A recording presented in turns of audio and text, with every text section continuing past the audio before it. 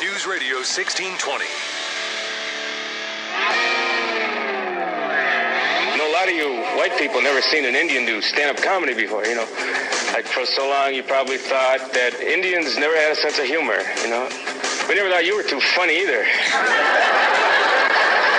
Washington Redskins story picking up more steam. News Radio 1620. Welcome into the show at Pensacola right now. My name is Brandon. I'm so glad you're hanging out with us today. Coming up about 7 minutes from right now, I'm going to give you a chance to win some tickets for the Beach Ball International Food and Drink Festival. And then you're going to be qualified to win some FSU tickets, too. That's coming up just minutes from now. For a long time talking about the Redskins. This year there's more hype surrounding. The team should change the name. Over the past several years, colleges, high schools nationwide have dropped the name. I will tell you, there's a school in Arizona on an Indian reservation, their team nickname, Redskins. Now it's getting to where in Washington, D.C., some schools want to ban kids from wearing the Redskins jersey, and there is a newspaper nearby that won't even print the Redskins name anymore because they say it's disparaging and it's a racial epithet. I don't see it. But let me bring in Royalyn Reid. She is a diversity expert from the CMI team, CMIteam.com. Royalyn, welcome back into the show. How are you? Hey, Brandon. Glad to be with you tonight. You are in D.C., so you're seeing a lot of this happen. What's your is Redskin, is that, do you find it offensive? Brandon, we have to go back and look. If you look it up in the Merriam-Webster Dictionary as well as the British and World English dictionaries, I quote, "The word redskin is very offensive and should be avoided." So from a long time, it's printed that it has been an offensive word and how it's used. Now, most of us have not known that, and it's new to us, but just because we didn't know it doesn't make it less offensive or hurtful to a group of people based on the origination of how it's been used. But isn't that a lot of it? It's intended, because it's kind of the same thing with, I'll say the other R word, retarded. In other words, we've tried to drop from the English language over the past several years that, we go back to our intent is not bad. And I'm sure that dictionary gives the account now of Redskins saying that it can be racially offensive, but I bet it didn't say it 30 or 40 years ago. So it's not about my intent or what I think the word is. I have to think about other people's feelings. We do have to look at it. We're a beautiful melting pot in this country, and that makes us different than a lot of other places. So therefore, there are differences, and it's just called cultural sensitivity.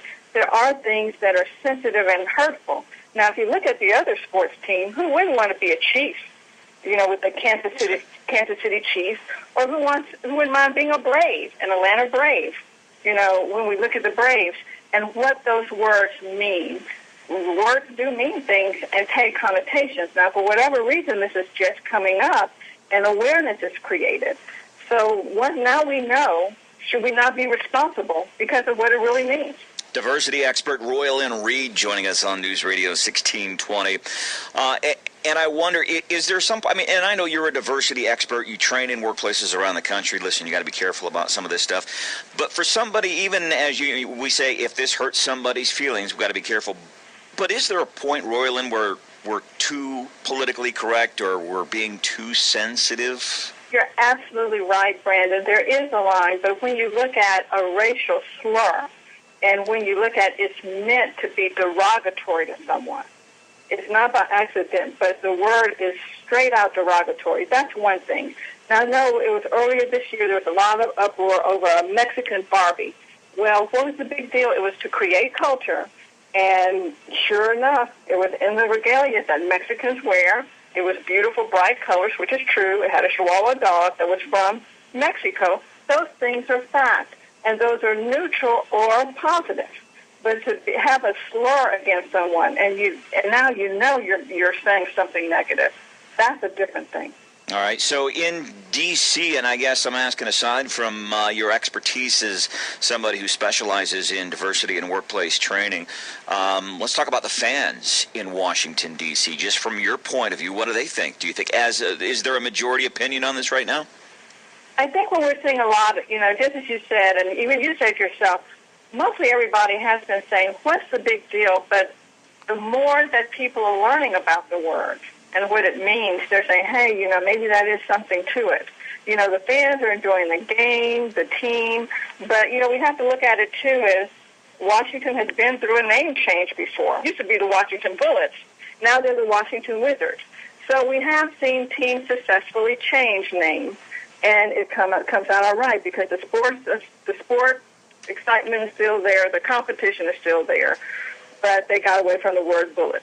All right, Royalyn Reid, diversity expert, CMIteam.com. I do appreciate your insight. You've given me some food for thought. Always glad to have conversations with you, Brandon. Come on back again real soon. Well, the next time, Royalyn, we're going to be talking about, we should talk about Halloween costumes. There's a lot of folks picking out Halloween costumes. Now all of a sudden there's this big politically correct effort to pick out the proper Halloween costume, because now people are saying, well, now you know some Halloween costumes are offensive, which I would agree to a certain extent. You don't go out anywhere as a white dude. I'm not going to go out anywhere trick-or-treating in blackface. You just don't do that.